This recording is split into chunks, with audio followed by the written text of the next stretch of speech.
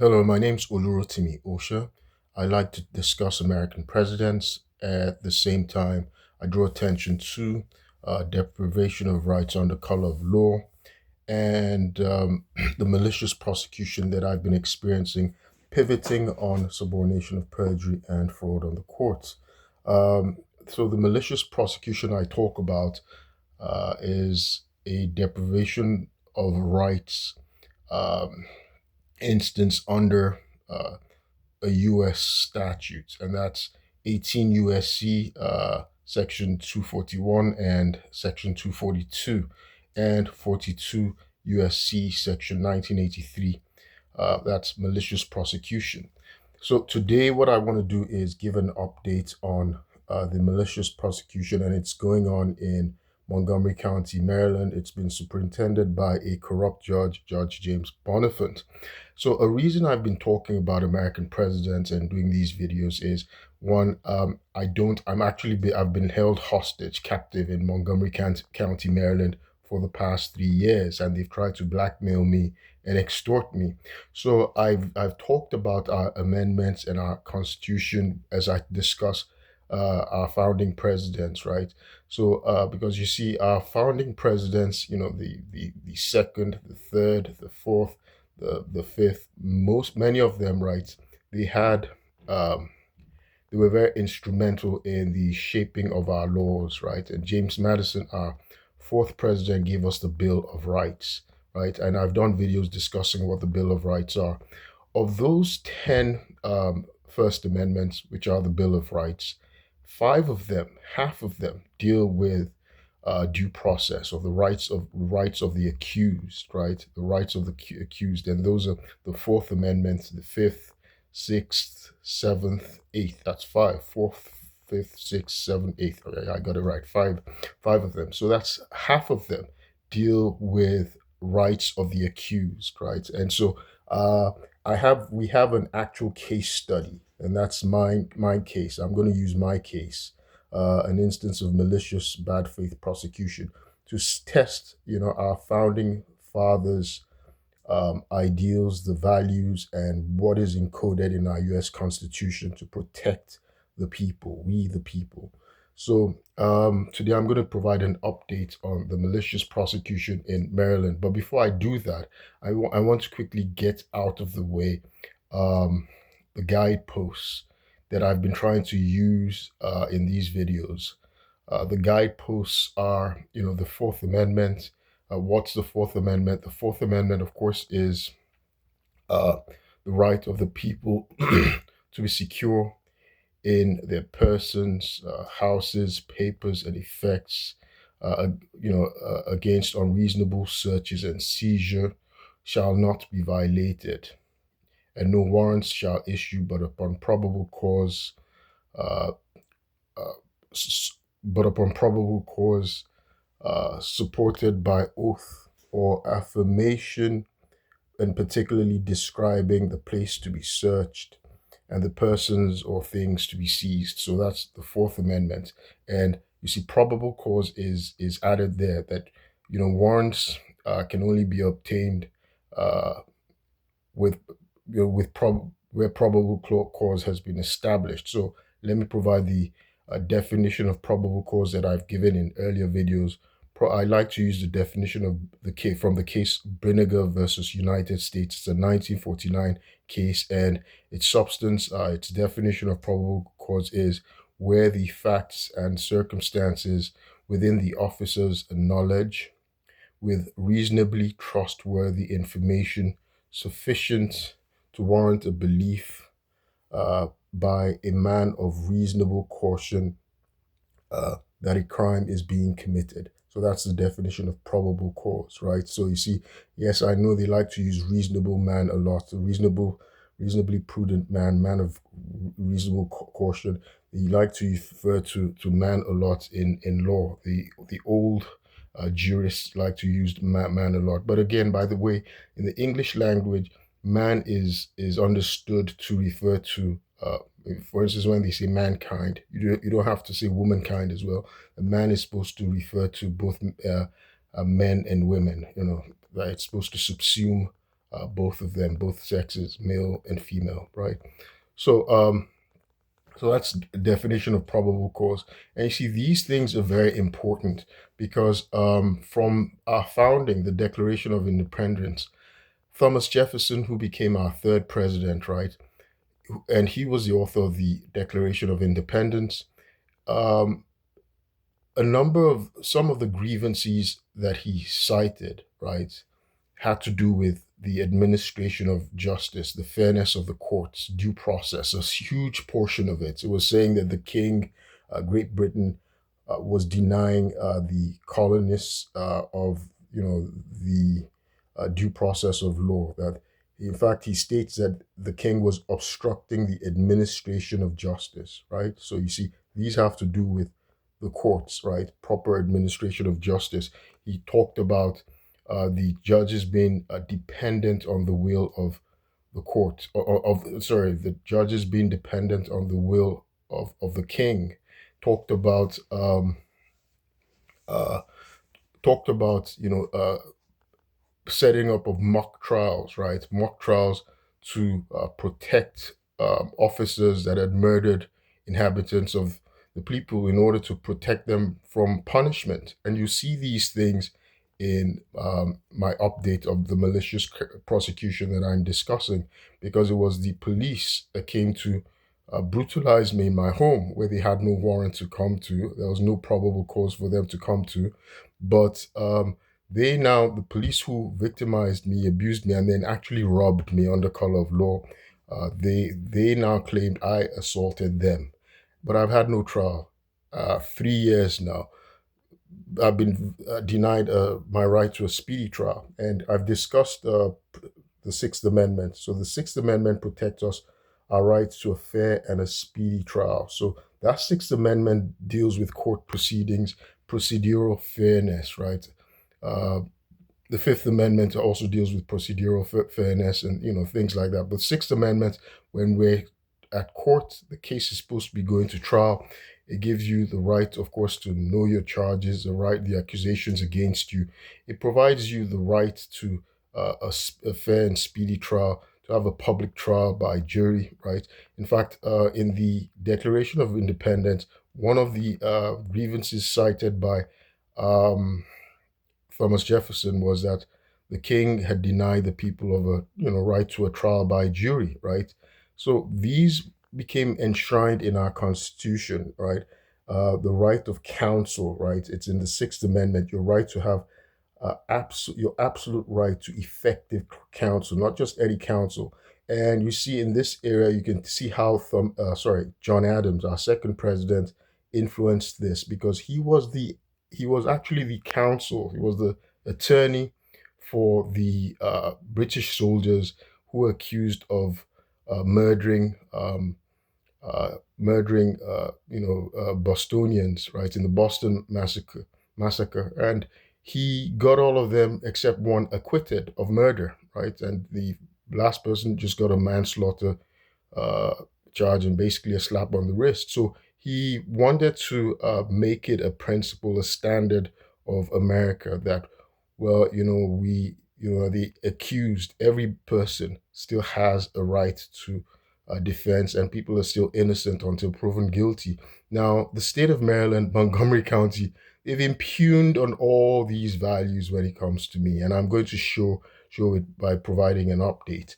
So, you see these protections, they were formulated and encoded in our constitution and in our laws because they're part of the grievances that we had against Great Britain, against the king. At least Thomas Jefferson cited them in the Declaration of Independence, like I said. Um, so, uh, another guidepost that I want to point out is I want to point out the 14th Amendment. So the 14th Amendment, it just mirrors, a lot of. So it has the first section, the last clauses have what's called the due process of law and the equal protection of the law clauses, and you see these are also in the Fifth Amendment. But the Fifth Amendment applies it to the, like, when the the defendant, the citizen, the American, has a case against the federal government. But the 14th Amendment allows the defendant to use it when his opponent, when it's the state's government, it's the state that's abusing his rights. So the 14th Amendment, the due process portion, the due process clause says that no state shall deprive uh, any person, right, of their right to life, liberty, or property without the due process of law. And then it goes on to say that nor shall any state, nor shall it deny uh, any persons within its jurisdiction, right, of the equal protections of the law.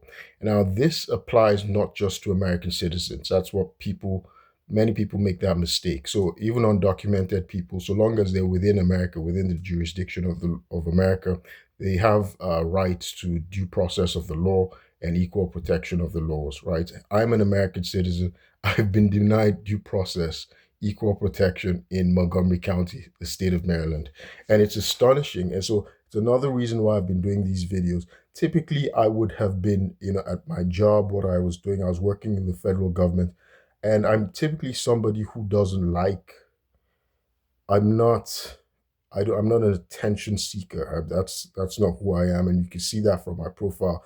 I were someone who was trying to just see, who was, grandstanding and attention seeker. I don't think I'd have all the degrees that I have been able to accomplish. It wasn't somebody who was paying for my degrees or whatever, right? I had to be working and I have been self-supporting ever since I came to America.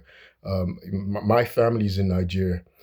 I've been in America 27 years now. And so I've been self-supporting and focused on what it is that I'm supposed to do, and I normally just keep my head down and I work, but my rights were violated in my home, and there are these defamatory accusations against me by the predators who came to violate me in my home, who then robbed me on the color of law.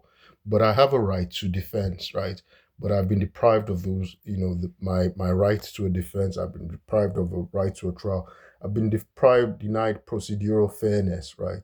Because there's a corrupt judge who's been doing corrupt things. I've done videos regarding the public corruption of Judge James Bonifant and what he's been doing, how he's been superintending a malicious, bad faith, and vindictive prosecution against me in Montgomery County, Maryland.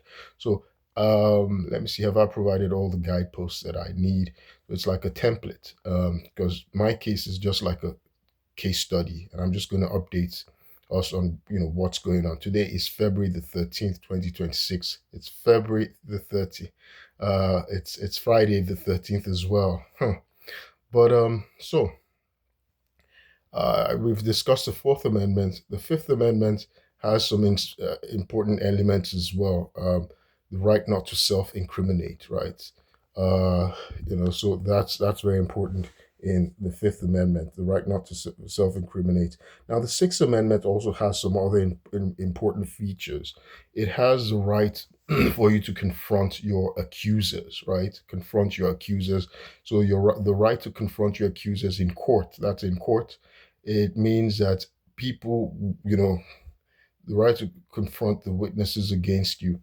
It means that you get a chance to cross-examine, the those who have made accusations against you. You can cross-examine them, impeach their testimony, say they're lying, and which is the case with me. The charge statement um, has is filled with all these lies, right? Canards, false accusations by a man who's even recanted them, right? So a guy called Jide Ware, first of all, he's misrepresented as my uncle. He's not my uncle. My mom's gone to court in Nigeria with a sworn affidavit that Jide Ware is not my uncle.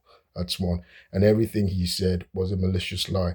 So a police officer wrote a charge statement. His name's DeMarcus Coleman. He has an affiliation with the U.S. Navy and military and Marines, by the way.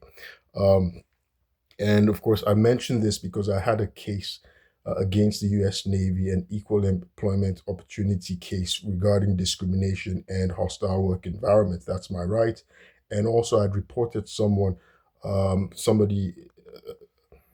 senior leader for fraud and misconduct by the name of Nathan R. Brown, and of course, other people, his accomplices. That's my constitutional right.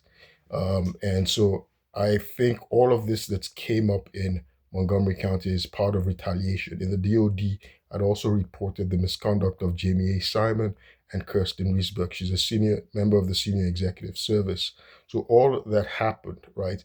It looks like it's a frame up.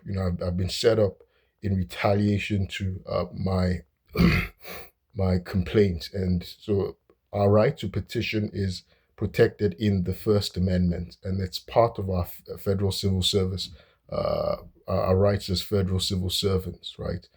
Because we're supposed to uphold the integrity of the federal civil service and the U.S. Constitution, right? When any violation, that's you're violating your oaths, right? And so these are senior leaders and executives who violated their oaths of office, but there appears to be this entrenched corrupt system, and they retaliate against you, and they use the apparatus of state like it's a private instrument for retribution, right, and for self-aggrandizement. That's what's going on in Montgomery County, Maryland. Many of these people are actually from Montgomery County, Maryland. Were born and raised like Jamie A. Simon, so it wouldn't be a stretch to find 6 degrees of separation between the judge, the circuit administrative judge, who's like the chief judge because he controls the calendar. That's Judge James Bonifant, who superintended this thing against me for the past 3 years. I haven't had a trial. He's locked me up for about 15 months, placed me under house arrest, said he wanted me to lose my job at the Pentagon. It's very hard to get a job in the federal government. I worked hard. I'm a black man. I didn't have any connections, anybody to give me that job. I got in by merit, by the grace of God. But here's this judge who's saying, on pretext that there's a charge against me, making me appear like I've been convicted of something already. I haven't been convicted of anything. I'm an innocent man, and this malicious prosecution should not have been filed in the first place. But I have a right to defend myself. So they're saying that this, they again, there's a phrase, lightning doesn't strike twice in the same place. Just the amount of apparent connections, between uh, the the uh, the predators in the DOD and Department of the Navy that I reported, the fact that they're from Montgomery County, Maryland, and this judge who's superintending a malicious prosecution, the fact that he's born and raised in Montgomery County, Maryland as well, at least raised in Montgomery County, Maryland, it's highly suspicious, right? And it should be reason for anyone to conduct an inquiry, right? A reasonable inquiry as to the connection. Because one, if I'm charged with a crime, I'm entitled. A charge is not a conviction. An accusation is not a conviction, because those accusations might be fraudulent, malicious, right? And they might just be lies, like I maintain. They're lies, they're fraudulent, and they're engineered to cast aspersions on my character and to defame me, right? So the apparatus of state has been manipulated to defame me, right? So, in the Sixth Amendment, our right to confront our, accusers, that's where you get an opportunity to impeach the testimony of your accusers and cross-examine them. It's protected. For instance, I should have the opportunity to confront this guy called Jide Wariri, who is supposed to, according to Demarcus Coleman in his charge statement, that's the police officer, says that I threatened to shoot him twice. No such thing happened. I've never threatened to shoot Jide Wariri or anybody, right? But it's in a charge statement, so it's defamatory, it's libel.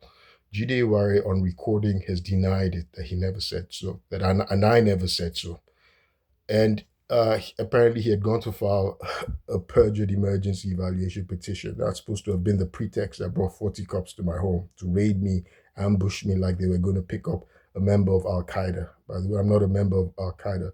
As of May 16, 2023, I was a federal government employee in the Department of the Navy holding a top secret clearance, right? And I was raided like I was a terrorist. So, ambushed and they injured, I was assaulted, I was dehumanized. They did it in such a, it was like a lynch mob. It was like a racist lynch mob because the way they executed the raid, it was meant to humiliate and dehumanize me. In fact, one of the police officers who shot me in the head, a a police officer, Jeffrey Ray, who, called me an animal, used racial epithets in an administrative hearing. And, he made all sorts of these salacious lies. And I have a right to confront these people, but I haven't been given that opportunity in court. So, um, and the other thing that was in the charge statement was that GD, where I said I called my home a military base. I've never done that. So I have a right to question this man in court, right? And so there are a number of things that were just falsehoods. So, and again, I've done videos and I've talked about my right to effectiveness of counsel, right? That's an absolute right to effective counsel. And if one's indigent, the state has to provide that right. So now let me provide the updates because I've said, I've mentioned most of what's been going on. And if you want to follow the case is C15CR230000731, and it has a superseding indictment of C15CR230001303. It's in Montgomery County, Maryland. It's the same case, and the malicious prosecutor has filed several different charges arising from the same incident, several different cases. Sorry, there can be multiple charges, right, in a case, but they've opened three different cases to make me appear odious, opprobrious, right? To make me appear, to defame me, to make me look like this guy has a bad record. The objective was to make me lose my federal government job and my national security clearance, right? So you can see it was Montgomery County was used as a tool of retribution and to try and extort and blackmail me. And the state attorney who started the malicious prosecution is Thea Zumwalt. Her grandfather was erstwhile chief of naval operations. She has an affiliation with the Navy. And so it was a racist, malicious, xenophobic prosecution, because before an attorney can file charges, right, before they file charges, so it's not an instance of malicious prosecution, because that is attorney misconduct. Attorneys can lose their licenses, they can go to jail if they maliciously abuse their powers as a state attorney and file wrongful cases to pursue a wrongful prosecution. Uh, so there are three elements that have to exist. One, there's probable cause, right? That a crime has been committed, that the defendants committed a crime. The second, they have sufficient evidence to be able to obtain a conviction, right? By being able to prove with the evidence beyond a reasonable doubt, right? Because to a jury, in my case, it's my right to have a jury trial. That's what I've opted for.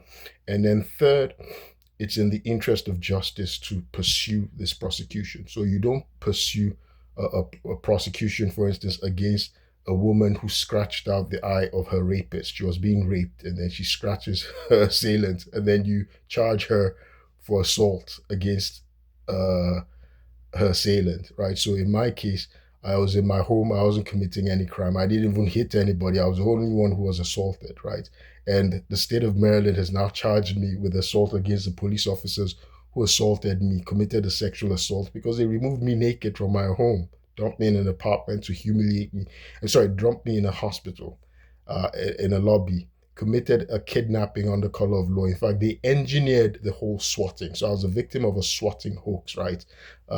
It's a violation of 18 USC section 1038, right?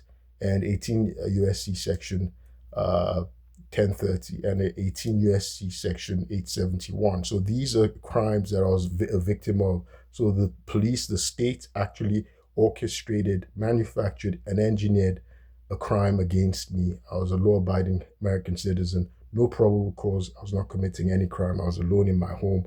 And so they used false witnesses. So the prosecutor, the state attorney, doesn't meet any of the elements, right? that are required to prosecute a case. So it's a malicious, bad faith prosecution. It's attorney misconduct. Now, let me provide the update. So the trial was supposed to be on February the 9th, right? It was supposed to be February the 9th last week, but however, so earlier this week, February the 9th. However, just a week before the trial, this is a case that was first filed on May 16, 2023. It was first filed at the district court, and the case number for that was D06C CR23002968.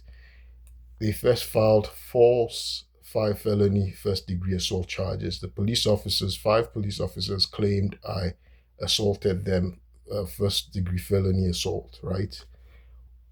I wasn't aware of any of this, but that was all dismissed, and when it was transferred to the circuit court, and it became one second-degree assault charge, case number C15CR230000731. I'd mentioned that, so it became one second-degree assault. I was immediately offered a plea bargain, and that has been what the state has tried to do. Offered a plea bargain that if I do a mental health evaluation, the charge would be dismissed, and then I accept to go through a mental health evaluation and take treatment. That's a violation of my zone of privacy, right? So that was the objective of the state throughout, right? And it's from a case. It's because it was in retaliation to the Department of Navy and Department of Defense cases that I had for equal employment opportunity. So the police engineered a false crisis in my home, and ostensibly they used a guy called Jide Iwariri, who now impersonated himself as my uncle and wrote these fabrications in an emergency petition, or made these fabrications to the police. But in any event, I have it. You're innocent until proven guilty, and where the state or the defendants, where they get to prove their case, is by presenting evidence in court. Now, 7 days before the trial, as of February the 2nd, my attorney, the public defender I was using, had not subpoenaed any witnesses to testify on my behalf, even though I'd given the state and her, the public defender's office, I'd provided them witnesses to testify on my behalf. She never called anybody, never investigated anybody, never called subpoenaed witnesses who could come and talk on my behalf. So no evidence in terms of witnesses supporting me. She never investigated, the office never investigated the crime scene, because the judge barred me from going back to my apartment, right? Arbitrarily, saying, well, that the people didn't want me to live there, right? So that was arbitrary. So it's my attorney who can go there, conduct investigations and gather evidence, interview witnesses on my behalf, and verify my claims, right? But none of that was done. Then the state, instead, she tried to get me to exclude evidence, right? Exclude the fabrications, falsified evidence, false witnesses that the state used to file charges in their charge statement. We have been able to prove, because the state of Maryland charged Jide Iwariri with second-degree assault, charged him. They have the evidence that Jide Iwariri committed felony through his perjury, right? This is what they were talking about with me, discussing with me. That was the state attorney's office, how they can prove perjury against Jide Iwariri. They charged Germa Shumi, the false neighbor whose witness, who fabricated a peace order, committed perjury. Everything he wrote was a fabrication. Turns out he can't even speak a word of English, can't write a word of English, uses an interpreter in court, because I filed a motion against him, challenging his motions after I was released, from my wrongful arrest, my wrongful detention for several months. And a judge asked that, okay, I go to the police for him to be arrested and go and file with the state attorney for him to be charged. He was charged by the state of Maryland, but the corrupt and racist state attorney, John McCarthy, has been suppressing the prosecution. The excuse that the assistant state attorney had given me at one time was that, well, they don't want a judge to throw it out, and they believe me that they want to make it, they wanted to strengthen the facts and the evidence to be able to prosecute them, and not to rush it. Meanwhile, there's a statute of limitations for anything. It's been 3 years now, so none of this had happened. So my public defender basically was walking me into a conviction because I'm the defendant. Even though it's the state that has to meet their standard of proof to be able to prove beyond a reasonable doubt that I committed a crime, and so far they haven't provided any evidence. But as my state attorney let me know, that the jury pool in Montgomery County has a bias in favor of the police. The police has already written fabrications. So even though they don't have any evidence, they've suppressed the body cam. I've requested body cam and everything that would exonerate me. They've suppressed it. They haven't provided us. So they've obstructed the provision of exculpatory evidence, right? There's no CCTV, right? They've prevented the production of CCTV to be able to exculpate me as well. So it's just the testimony of the police. The police can come and lie and they can convict. I was a judicial intern in that court before, and I've seen when a police officer just came to say something and that the defendant got convicted. So that's what's going to happen. So even though they don't have any concrete evidence, the fact that my attorney is hiding has, allowed herself, as an office of the public defender, to be co-opted by the state attorney's office to suppress evidence or to hide, to conceal evidence, not to actively seek evidence, right, or not to compel evidence in discovery, right? She didn't refer it to the judge to compel discovery. Instead, she was trying to persuade me, influence me, to coerce me that, well, I should just concede to the state and accept their wrongful plea bargain offers. For instance, they've offered through her that I should return to Nigeria and never come back to America again, and they drop the charges. This is a case from Montgomery County. They have no jurisdiction over immigration. I don't have any immigration problem. I'm an American citizen, in fact, right? But the police stole my certificate of immigration, my certificate of naturalization, my US passport ID. They stole these things, social security card. Stealing anybody who takes my certificate of naturalization, right? That's actually a felony. It's a felony. And the fact that they stole my certificate of naturalization, I have copies of it, proving. The fact that they stole it, it doesn't denaturalize me. It doesn't strip me of my citizenship. But it shows you the level of obtuseness, the ignorance, right, in Montgomery County, Maryland, and just the malicious prosecution going on. Because it's stupid. It's what's going on, what I'm experiencing just doesn't make sense. It's racism doesn't make sense, right? It's just stupid. And that's what I'm experiencing in Montgomery County, Maryland. So eventually my attorney, because she was not prepared, I requested to have another attorney, to have better representation, because she was walking me into a conviction, even though she was saying, well, they don't have any evidence to convict. We're just going to walk in. She's just going to go in there and say, I'm innocent. They don't have any evidence to convict. Meanwhile, there's the police who can simply lie, and a jury can believe them, their lies, right? So she's unprepared, right? And so I asked for her to be disqualified and for me to get another public defender from another counsel from the public defender's office, because I've been made indigent by the malicious prosecution by the judge who prevented me from working for 3 years. He had placed me under house arrest. He's locked me up for 15 months. So much going on. So eventually, the judge now postponed the case all the way to August. So it'll be over 3 years now. It'll mark exactly 3 years in May, right? That this case has been going on without trial. And now he's postponed the case to August 2026. So it'll be over 3 years, going on 4 years.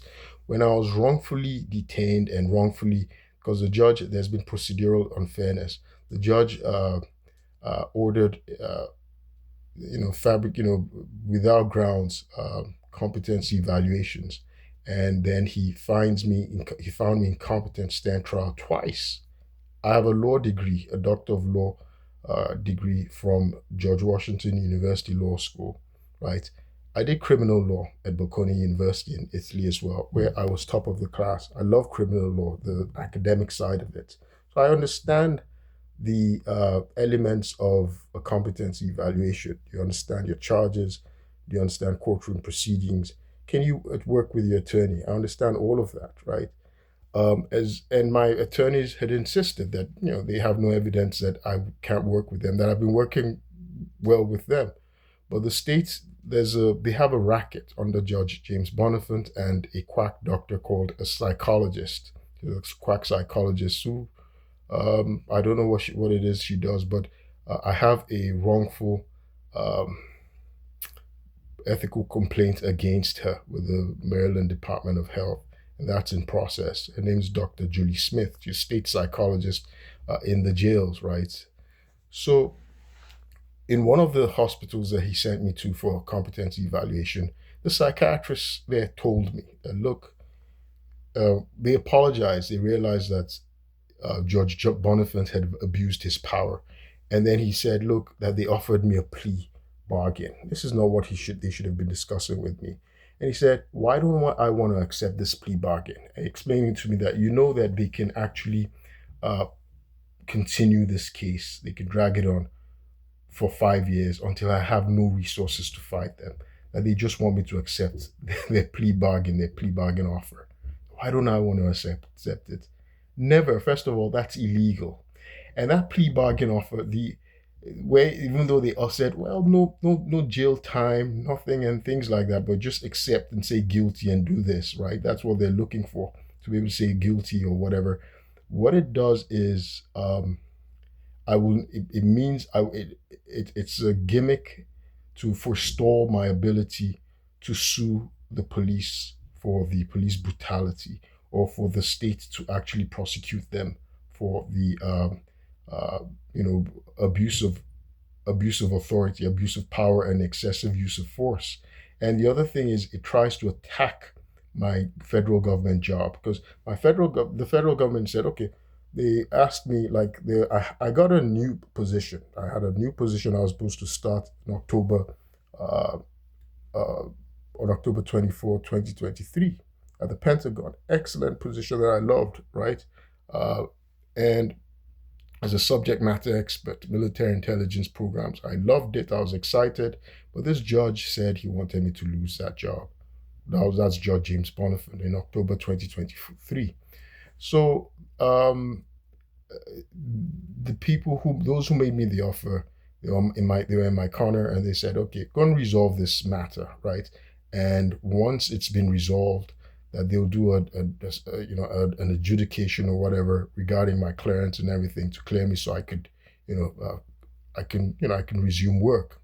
And there's a lot going on besides, fortunately, there was an ongoing case that I had, because I was still working as an auditor in the Department of the Navy, and so long as you haven't been convicted of a crime, they don't have cause. If you've been convicted, they have cause to actually terminate you. So I still can't be terminated, especially if I can demonstrate that the malicious prosecution was actually instigated by agents of the Navy or the DoD, the federal government, uh, in retaliation and to obstruct justice, right?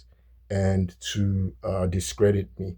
Then that even strengthens my case, because that's a serious crime, right? That's a very, very serious crime by the bad actors, or the people in the Department of the Navy or the Department of the Defense. That's a very serious crime that they would have committed. So in any event, the case has been postponed again, right? And my rights to a speedy and fair trial, my right to procedural fairness, have been violated. My right to effectiveness of counsel, it's been violated because the judge has postponed this ostensibly for me to go and obtain a new attorney, right, for trial. And so they've been looking for all these gimmicks, all these, these pretexts to keep postponing the case, right? That has no legs, that shouldn't have been filed in the first place. Where do we get to prove it at court? Otherwise, a judge should have looked at it and seen and dismissed it. But Judge James Bonifant, who superintended the case, he's failed to do that because apparently he's received a bribe, and he also has a personal and fiduciary interest in the matter. He's on the board of MedStar Hospital that wrote a fabricated evaluation without consent or authorization and handed it over to the police, right? So he's on that board. So he has a conflict of interest in the case, and MedStar pays him. So this judge, I'm an auditor, right? I'm trained as an auditor. That's what I was doing in the federal government. Before that, I've been an accountant. I was a banker. I understand finance. I understand money, how money is moved. So Judge Bonifant, if it's investigated, you'll see a trail leading to the bribery of Judge James Bonifant concerning this matter in order for him to obstruct justice and weaponize the courts, abuse his office, and use it as an instrument of retribution for the Department of the Navy, Defense, and a slumlord Aeon management. My name is Olurotimi Osha, and I was just updating you on the malicious prosecution in Montgomery County, Maryland, violating my constitutional rights under color of law. I will keep you posted. Thank you.